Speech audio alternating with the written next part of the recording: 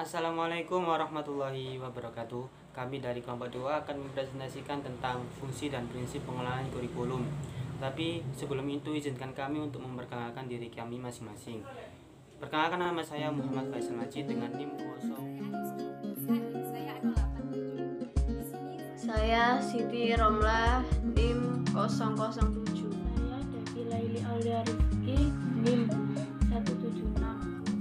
Nama saya Mayan Purnila, NIM 176. Saya akan melanjutkan presentasi.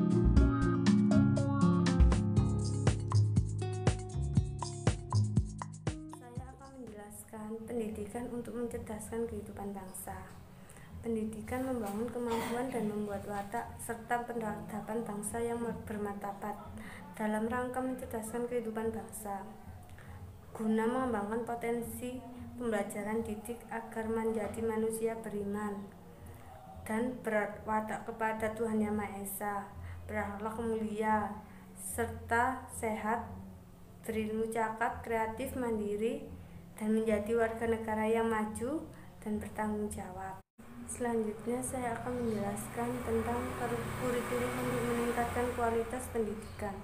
Dalam rangka meningkatkan kualitas pendidikan, pemerintah berusaha dengan membentuk sekolah-sekolah bertaraf internasional atau disebut SBI.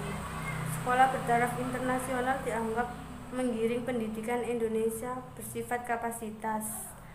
Hal ini dapat dibuktikan dengan adanya biaya operasional yang membutuhkan biaya sangat besar, sehingga sekolah masih harus memungut biaya pendidikan yang relatif mahal dari orang tua peserta didik. Di sisi lain, SBI dituding menimbulkan ketidakadilan bagi anak-anak Indonesia yang seharusnya memiliki hak dan kesempatan yang sama. Anak-anak dari keluarga yang secara ekonomi kurang akan kehilangan akses masuk ke sekolah SBI, sekolah yang bertaraf internasional, meskipun memiliki potensi yang baik. Di sini saya akan mempresentasikan tentang prinsip pengelolaan kurikulum. Dalam manajemen kurikulum, hasil yang akan diperoleh dalam kegiatan kurikulum merupakan aspek yang harus dipertimbangkan. Prinsip yang pertama yaitu produktivitas. Produktivitas berhubungan dengan hasil yang didapat dalam kegiatan kurikulum, serta pertimbangan bagaimana agar seluruh peserta didik bisa mencapai hasil yang sesuai dengan tujuan kurikulum yang telah dibuat. Yang kedua, demokratisasi. Proses manajemen kurikulum harus berdasarkan asas demokrasi yang menempatkan pengelola, pelaksana, dan subjek didik pada posisi yang seharusnya agar dapat melaksanakan tugas sebaik-baiknya dan penuh tanggung jawab. Demokratisasi berhubungan dengan proses pelaksanaan yang harus berdasarkan asas demokrasi secara keseluruhan. Nomor 3, kooperatif. Agar tujuan dari pelaksanaan kurikulum dapat tercapai dengan maksimal, untuk memperoleh hasil yang diharapkan dalam kegiatan manajemen kurikulum perlu adanya kerjasama yang positif dari berbagai pihak yang terlibat.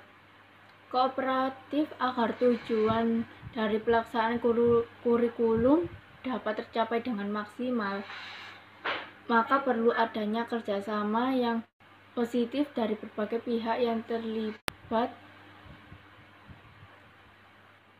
Efektivitas dan efisiensi rangkaian kegiatan kurikulum harus dapat mencapai tujuan yang dipertimbangkan efektif dan efisien. Agar kegiatan manajemen kurikulum dapat memberikan manfaat dengan meminimalkan sumber daya, tenaga, biaya, dan waktu yang relatif singkat. Pada slide ini saya akan menjelaskan nomor 4, yaitu efektivitas dan efisiensi. Efektivitas adalah ukuran tingkat pemenuhan output ataupun tujuan proses. Semakin tinggi pencapaian target atau tujuan proses, maka dikatakan proses tersebut semakin efektif. Proses yang efektif ditandai dengan perbaikan proses sehingga menjadi lebih baik dan lebih aman. Efisiensi adalah ukuran tingkat penggunaan sumber daya dalam suatu proses. Semakin hemat prosesnya, dikatakan semakin efisien. Proses yang efisien ditandai dengan perbaikan proses sehingga menjadi lebih murah dan lebih cepat. Yang kelima yaitu mengarahkan pada pencapaian visi, misi, dan tujuan yang sudah ditetapkan. Sedangkan misi sendiri adalah pernyataan yang diucapkan atau ditulis yang merupakan proses manajemen saat ini yang menjangkau masa yang akan datang. Sedangkan misi adalah pernyataan mengenai hal-hal yang harus dicapai organisasi bagi pihak-pihak yang berkepentingan di masa yang akan datang. Saya akan menjelaskan fungsi pengelolaan kurikulum. Pernah nggak sih kalau kita mikir dulu, kenapa kurikulum KTSP dirubah menjadi kurikulum 2013? Dan dari kurikulum 2013 itu direvisi lagi menjadi kurikulum 2013 revisi. Itu kenapa? Kalau boleh saya misalkan, misal kita dari Surabaya ke Sidoarjo itu menggunakan sepeda motor membutuhkan waktu 20 menit dan biaya untuk bensin sebesar 10 ribuan. Tapi ada kendaraan lain selain sepeda motor, yakni kereta api.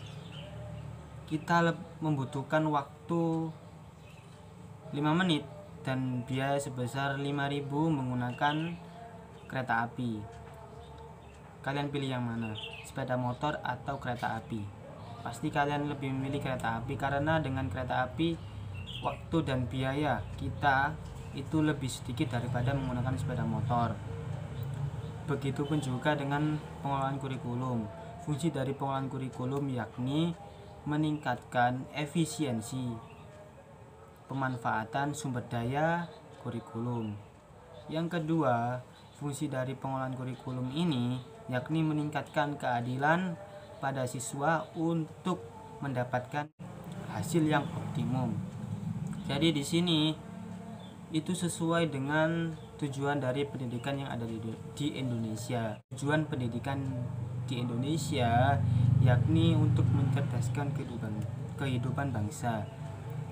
Jadi dengan fungsi pengelolaan kurikulum ini dapat mewujudkan cita-cita dari pendidikan Indonesia.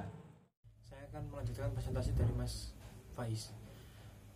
Jadi meningkatkan kesamaan pembelajaran sesuai dengan kebutuhan peserta didik maupun lingkungan sekitar pendidik. Melalui pembelajaran dalam lingkungan sekitar dan literasi yang akan berdampingan dengan pembelajaran di sekolah, dengan belajar berkomunikasi dengan warga sekitar dan dengan materi yang berhubungan dengan pembelajaran, itu amat sangat membantu. Jadi maksudnya bisa juga misal sekolah atau pendidik atau peserta didik itu berada di lingkungan mayoritas petani. Jadi sebagai pendidik juga harus membuat menyusun strategi pembelajaran yang menyesuaikan dengan kondisi lingkungan petani tersebut. Untuk selanjutnya, untuk meningkatkan keikutsertaan masyarakat dalam membantu mengembangkan kurikulum. Keikutsertaan masyarakat dalam mengembangkan kurikulum berperan sangat membantu sekali, terutama dalam hal membantu kelancaran proses belajar mengajar dengan adanya komite dan warga sekolah. Jadi masyarakat itu juga berkepentingan dan bertanggung jawab terhadap kelangsungan penyelenggaraan pendidik di satuan-satuan pendidikan, baik secara langsung maupun tidak langsung. Jadi intinya masyarakat itu juga ikut harus berpartisipasi karena untuk kelangsungan pembelajaran di sekolah dan di sekitar sekolah, di sekolah maupun di luar sekolah. Sekian presentasi dari kami yang dilakukan secara online atau daring ini. Apabila ada kesalahan yang kami buat atau kata-kata yang tidak baik dan tidak benar menurut kalian, mohon dimaafkan. Terima kasih. Wassalamualaikum warahmatullahi wabarakatuh.